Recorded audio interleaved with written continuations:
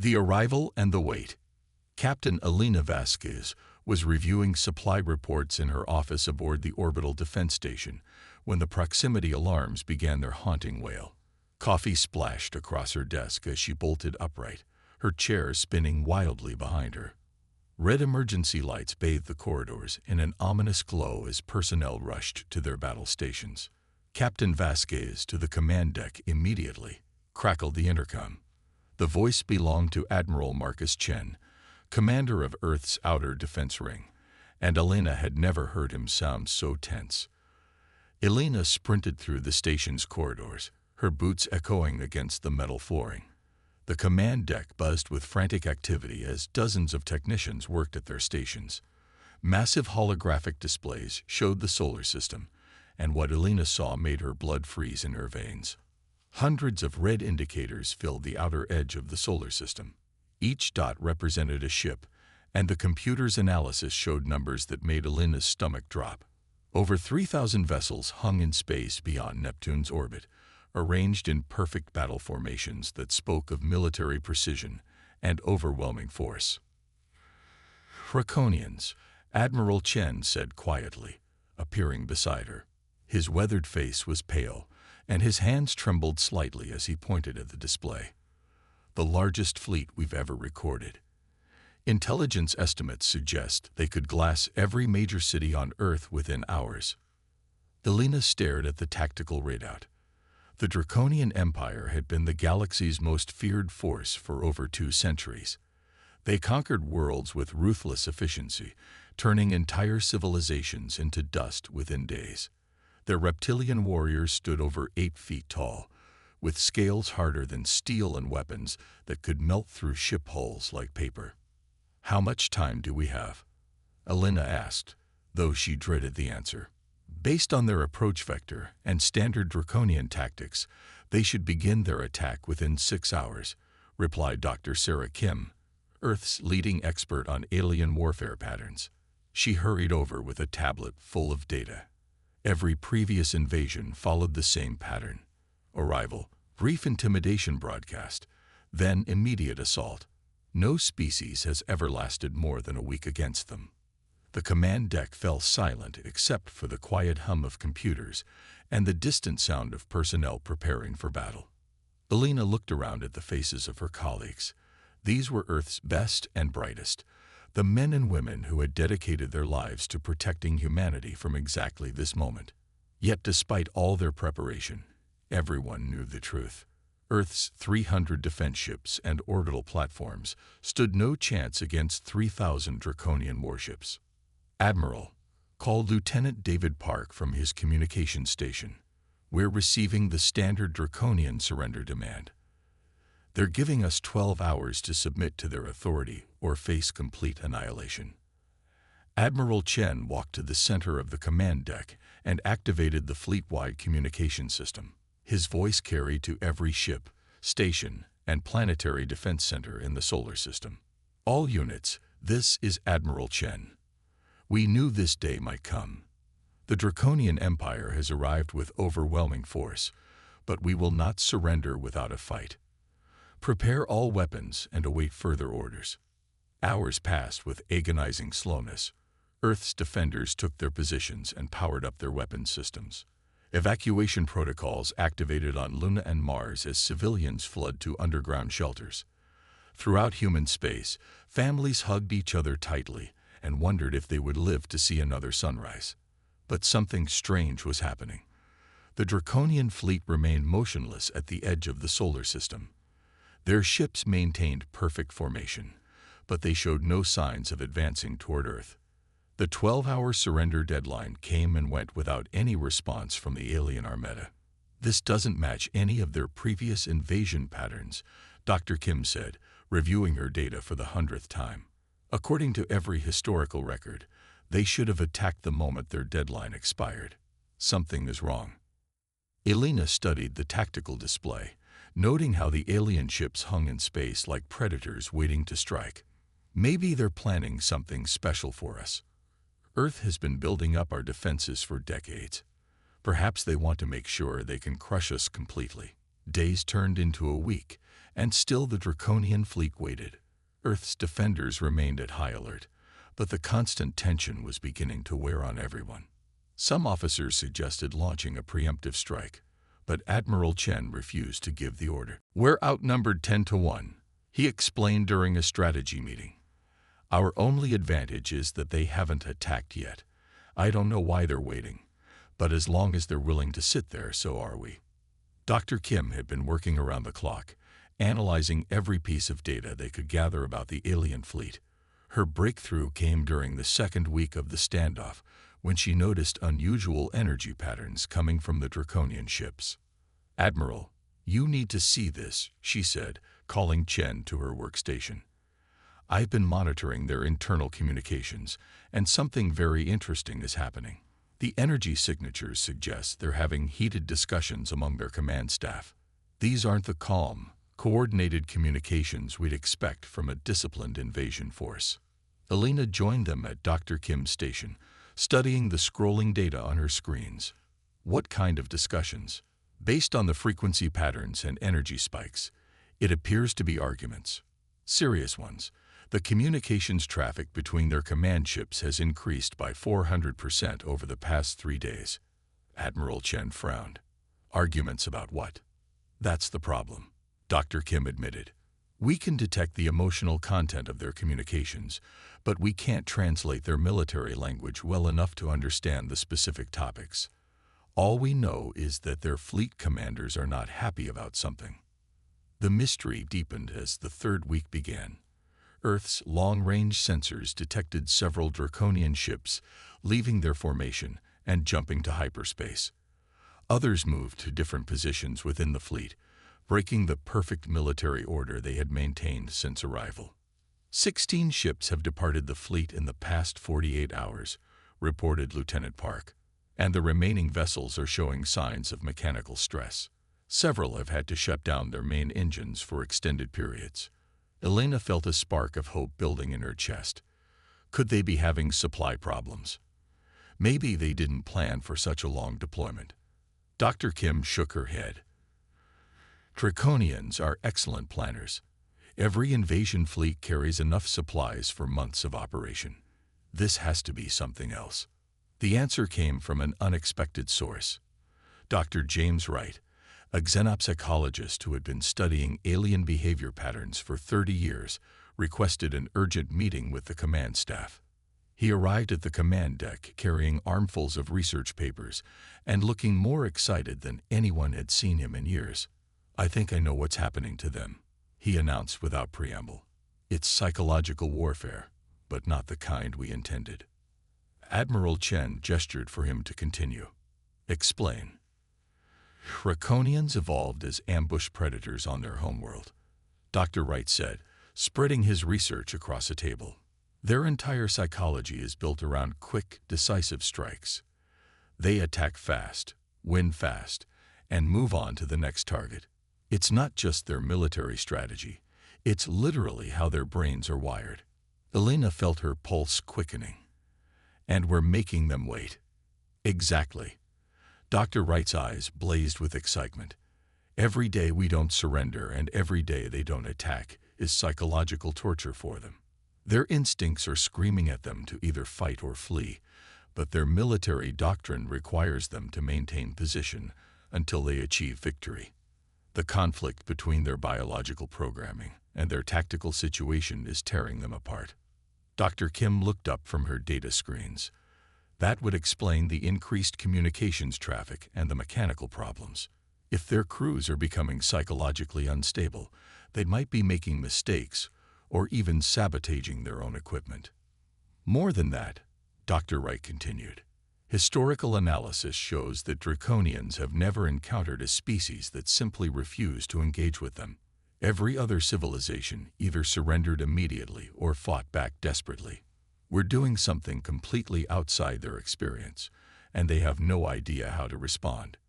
Admiral Chen walked to the main display showing the alien fleet. The red dots that had seemed so threatening 4 weeks ago now appeared almost pitiful, hanging in space like lost creatures unable to find their way home. "How long can they maintain this standoff?" he asked. Dr. Wright consulted his notes. Based on what we know about Draconian psychology and their previous behavior patterns, I'd estimate they have perhaps another week before their fleet discipline breaks down completely. Maybe less. As if summoned by his words, Lieutenant Park's communications station erupted in activity. Admiral, we're detecting massive energy surges throughout the Draconian fleet. Multiple ships are firing weapons, but not at us. They appear to be shooting at each other. The main display updated to show the chaos unfolding at the edge of the solar system. Dozens of Draconian warships were engaging in fierce battles with their own fleet mates. Explosions bloomed like deadly flowers against the darkness of space as the most feared military force in the galaxy began destroying itself. "My God," Alina whispered. "They're having a civil war out there." The destruction continued for hours. When the fighting finally stopped, nearly a quarter of the Draconian fleet had been destroyed or disabled by their own allies. The remaining ships drifted in broken formations, their perfect military order shattered forever. "This is unprecedented," Dr. Kim said, her voice filled with awe. "No species in recorded history has ever caused a Draconian fleet to turn on itself. We haven't fired a single shot, and we've eliminated 700 enemy vessels." Admiral Chen activated the fleet communication system once again. "All units, maintain defensive positions, but do not engage unless directly attacked. The enemy appears to be doing our job for us." Alina stared at the tactical display, watching as more Draconian ships broke formation and began moving in seemingly random directions. Some headed toward the outer planets, others turned back toward deep space, and a few simply sat motionless as if their crews had abandoned all hope. "What happens now?" she asked. Dr. Wright gathered his research papers, a satisfied smile on his face.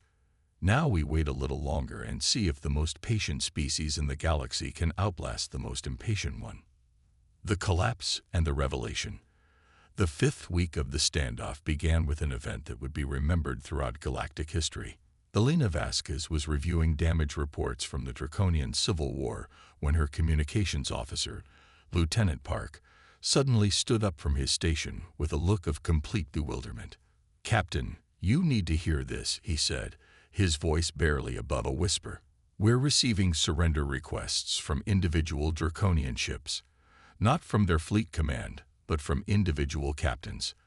Alina hurried to his station, where she could hear the broken English coming through the speakers. The voice was deep and guttural, with the distinctive hiss that marked all Draconian speech, but there was something different about it. Instead of the usual arrogant confidence, this voice trembled with confusion and fear. "Human ships, this is War Commander Kex of the vessel Talon Strike. We do not understand what is happening to us. Our minds are broken. Our warriors fight each other instead of the enemy. We request guidance." Similar messages began pouring in from across the Draconian fleet. Dozens of ships sent individual surrender requests, each one more desperate than the last. The mighty conquerors who had terrorized the galaxy for centuries were begging humanity for help. Admiral Chen convened an emergency meeting of his senior staff. The command deck had become a maze of data screens and communication equipment as Earth's leaders tried to understand the magnitude of what was happening. "The psychological breakdown is accelerating," reported Dr. Wright, consulting his latest analysis. "What we're witnessing is a complete collapse of Draconian military culture. Their entire species' identity is built around quick, decisive conquest. By forcing them into a prolonged standoff, we've essentially driven them insane." Dr. Kim nodded grimly. "My communications analysis confirms it. The energy patterns from their ships show that crew discipline has completely broken down on approximately 60% of their vessels.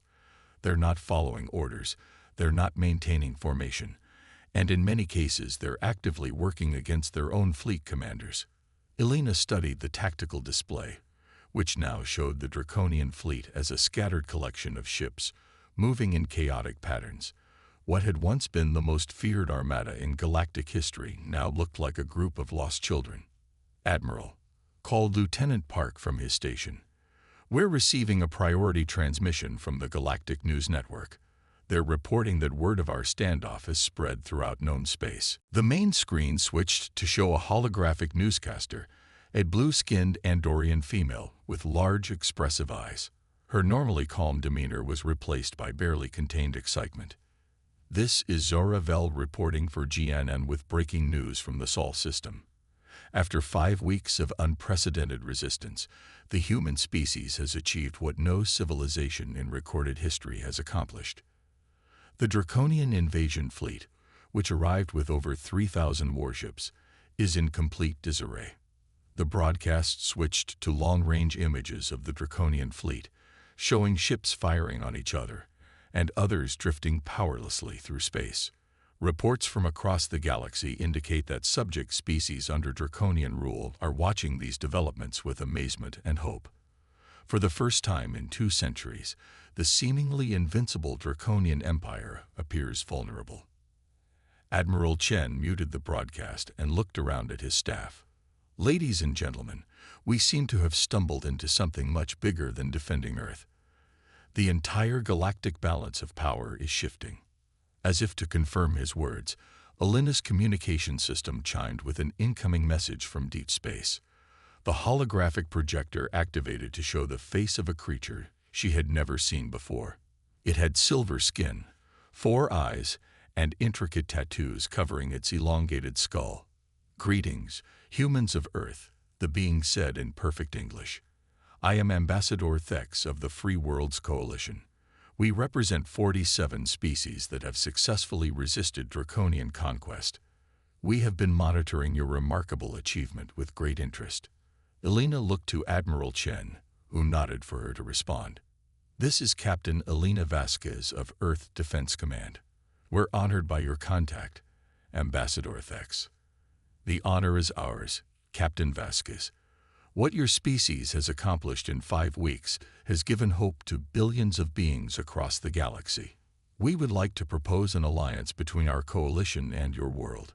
Together, we might finally be able to stand against the Draconian Empire." Before Alina could respond, every alarm on the command deck began sounding simultaneously. Lieutenant Park's hands flew over his controls as he tried to process the flood of incoming data. "Admiral, something incredible is happening," he reported. "The Draconian fleet, they're disappearing."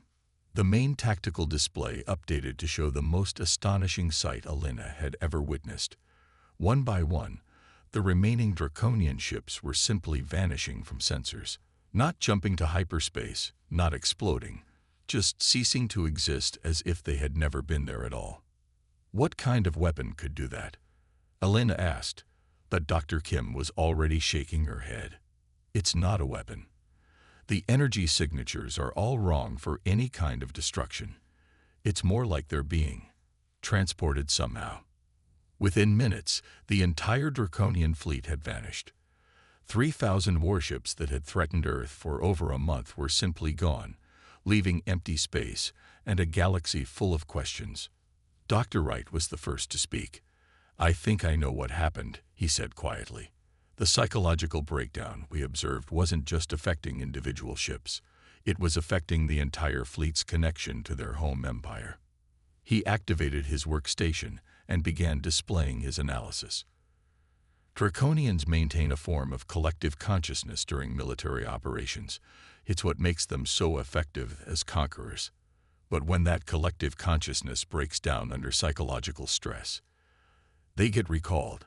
Alina finished, understanding dawning on her face. Their empire pulled them back before they could cause more damage to themselves. Exactly. What we witnessed wasn't just a military defeat, it was a complete psychological breakdown that threatened to spread throughout their entire species. The Draconian Empire had to evacuate their fleet to prevent permanent damage to their collective psyche. Ambassador Thex, who had been listening to the conversation, leaned forward with obvious excitement. "Do you understand what this means? For the first time in galactic history, the Draconians have been forced to retreat not because of military defeat, but because of psychological victory. You've discovered their greatest weakness." The implications were staggering. Earth had not only survived a Draconian invasion, but had found a way to defeat them without firing a shot. The galaxy's most feared empire had been brought low by humanity's greatest strength, the ability to endure. Over the following days, representatives from dozens of alien species arrived at Earth to study what had happened.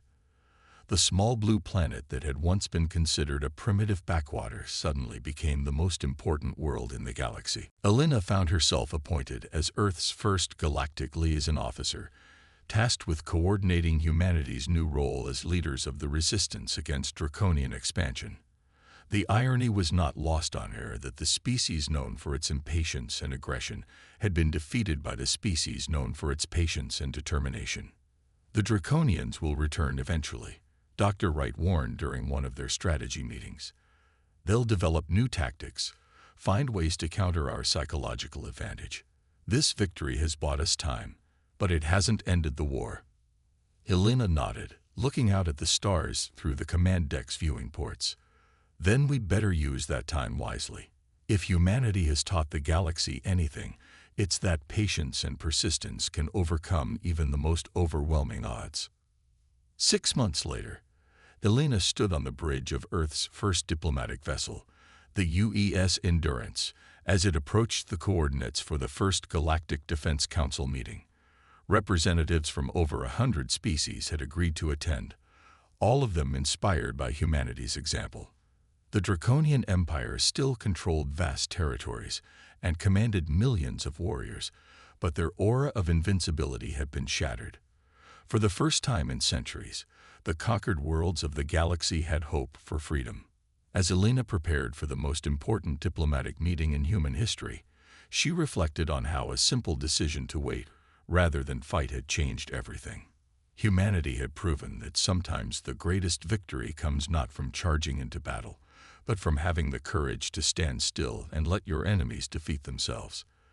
The galaxy would never be the same, and Earth had found its place among the stars not as conquerors, but as the patient guardians of freedom who had shown the universe that even the mightiest empire could fall to the power of unwavering resolve.